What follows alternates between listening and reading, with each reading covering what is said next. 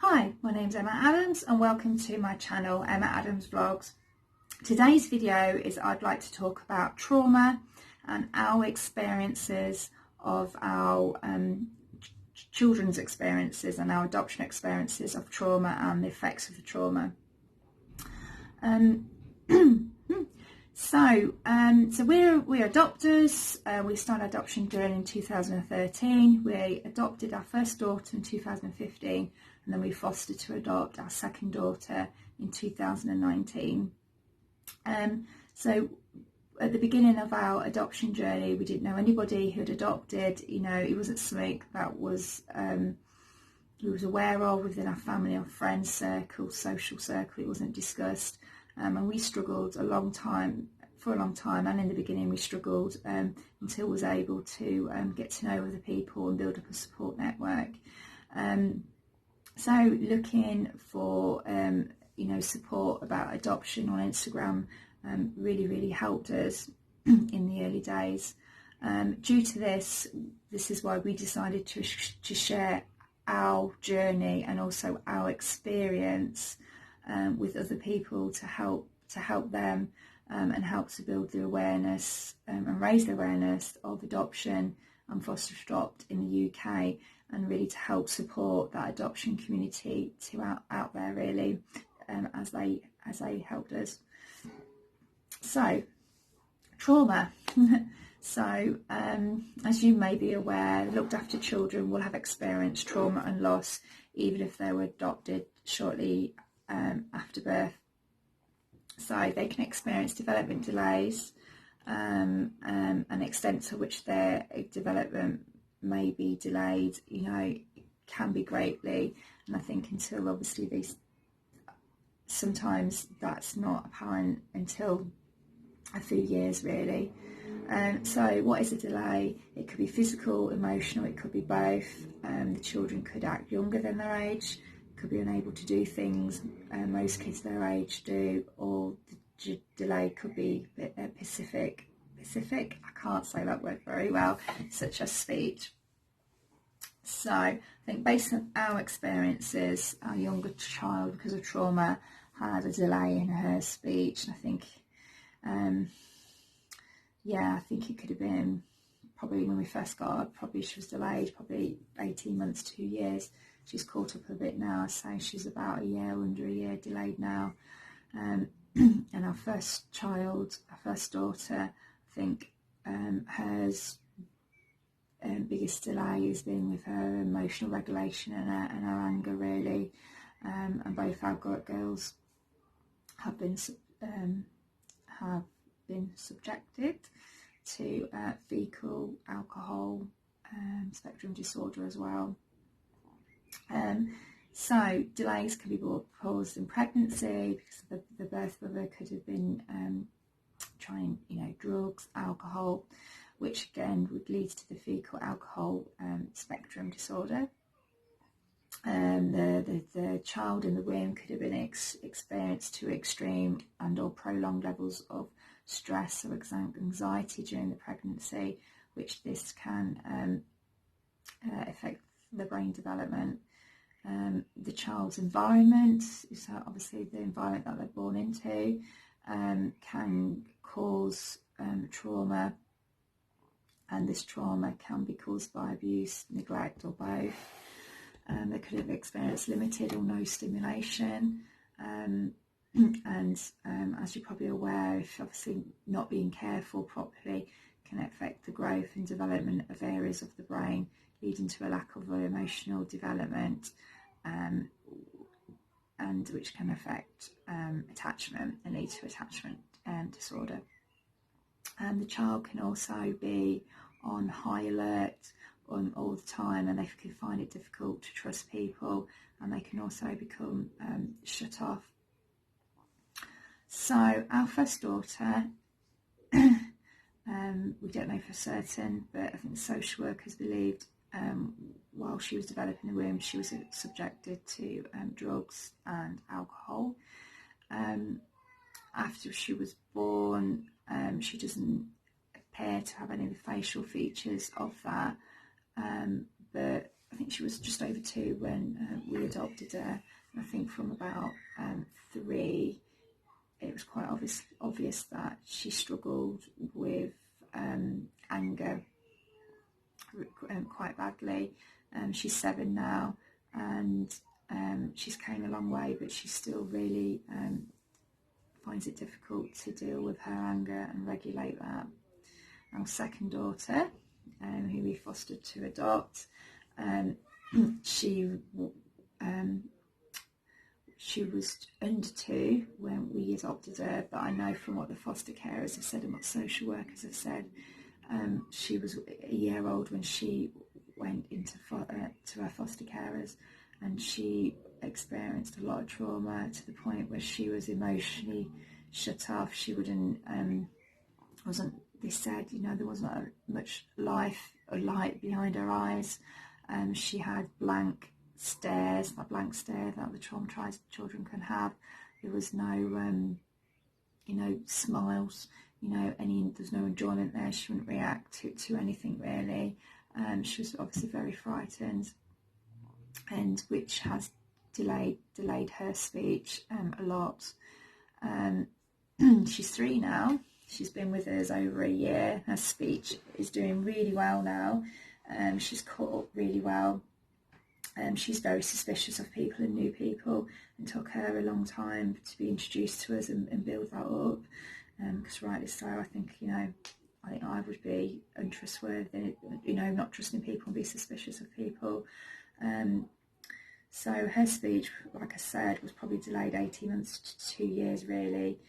She's 3 now, and I'd say about a year. It's delayed by now. She can talk with 2, 3, maybe 4 words strung together now. She chats quite a lot. But her pronunciation isn't very well. So I think unless she greatly catches up soon, she'll be having to have speech therapy to help her with her delay in her pronunciation. So obviously there's a lot of skills that we've had to learn with trying to help her and teach her and encourage her to talk. So yeah, obviously because in our first daughter, she was very, she was very streets ahead with her confidence and her speech, and the words that she used always been advanced for her age. So for us, when we adopted our second daughter, we had to reach out to the adoption community to access courses and to access things like mother and baby groups that specifically helped with the speech, obviously to give me the skills I needed to be able to help her. So the things kind of for both of them, regardless of their needs, with the trauma they've both experienced, because they've both of them, like I said, have been experienced to FASD, or been and affected by it, is routine. So we have a very kind of strict daily routine. Both the girls know that, and they love the routine. And I find if we deviate from the routine really, that both of them now can struggle with that. So routine. I can't stress it enough. It's really helped our girls. Cuddles, we cuddle them a lot. We have a lot of cuddles. I think in the early days when our second daughter moved in, and we were getting used to the change in family dynamics and things were settling down and stuff, we had a lot of cuddles with one girl with each arm really. They need that, and my girls most certainly responded to all the cuddle times that they got. They really enjoyed it. And I think routine cuddles really are good foundations to help build up a secure attachment with your child. Sorry. So I have done a YouTube video on building up our experience and how we build a secure attachment. So if you want any information on that, please look out for that. And also if you want to know anything else about emotional regulation and how we've handled that, and especially anger issues and our strategies. I did a video for that, so please look out for that.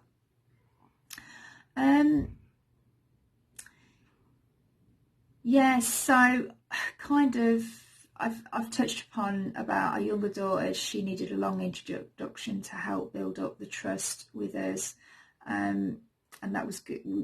That was good. It's what she needed. Was able to do that because we fostered to adopt her. Our first child, we went straight into adoption with her, so we wasn't able to see her before we got matched with her. So she didn't have the luxury of a long introduction. She had a short one, and I think she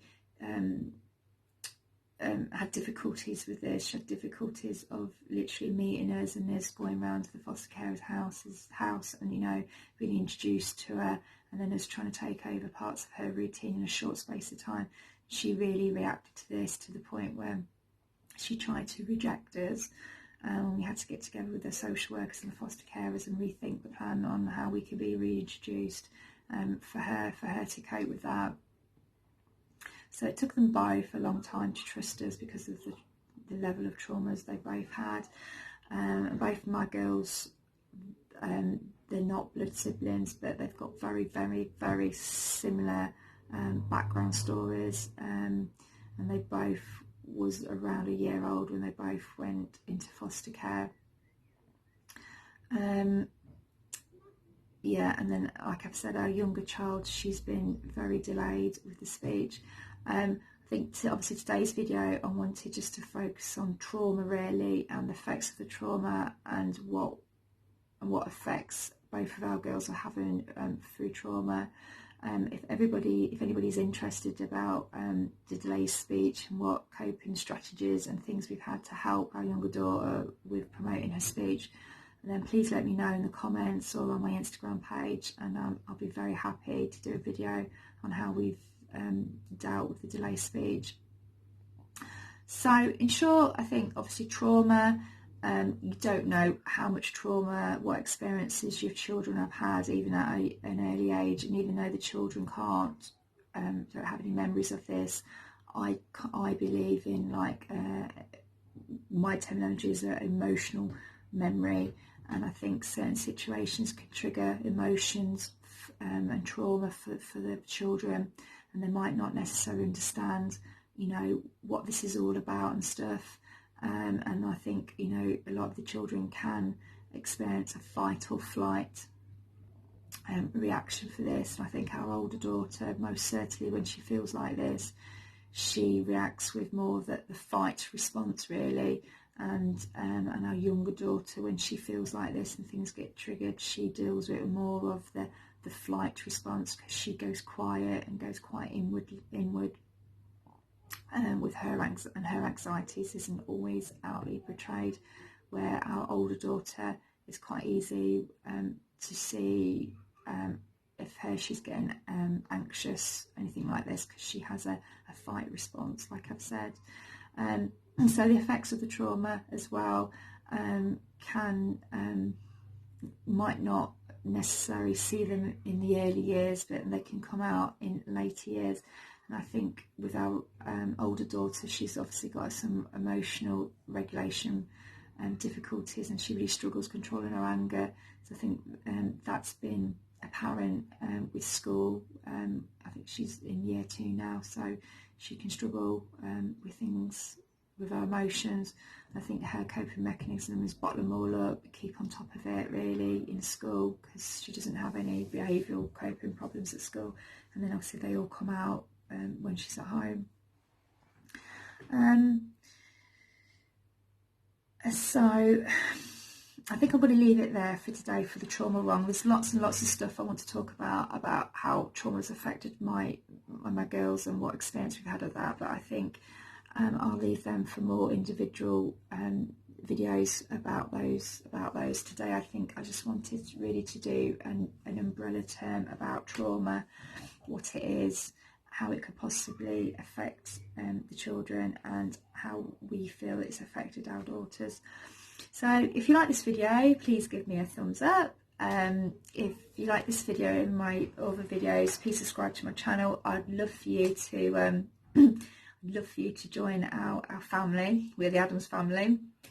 I've got an account on YouTube which is Emma Adams Vlogs, so I regularly post you know, experiences and photographs of us and our family, and you know, experiences and the family life that we go through, and also if anyone's looking for some additional support, there's a very good adoption community on Instagram which I take part in, and I'm more than happy for anybody to leave me some comments down below, some questions, feedback, anything, and I'm more than happy to contact you and talk to you about that. So thank you very much for listening to me. Please subscribe to my channel, please spread the word about my videos. If you've got any more ideas or anything you'd like me to vlog about, please let me know. So yeah, so thank you very much, and I'll see you again. Thank you, bye.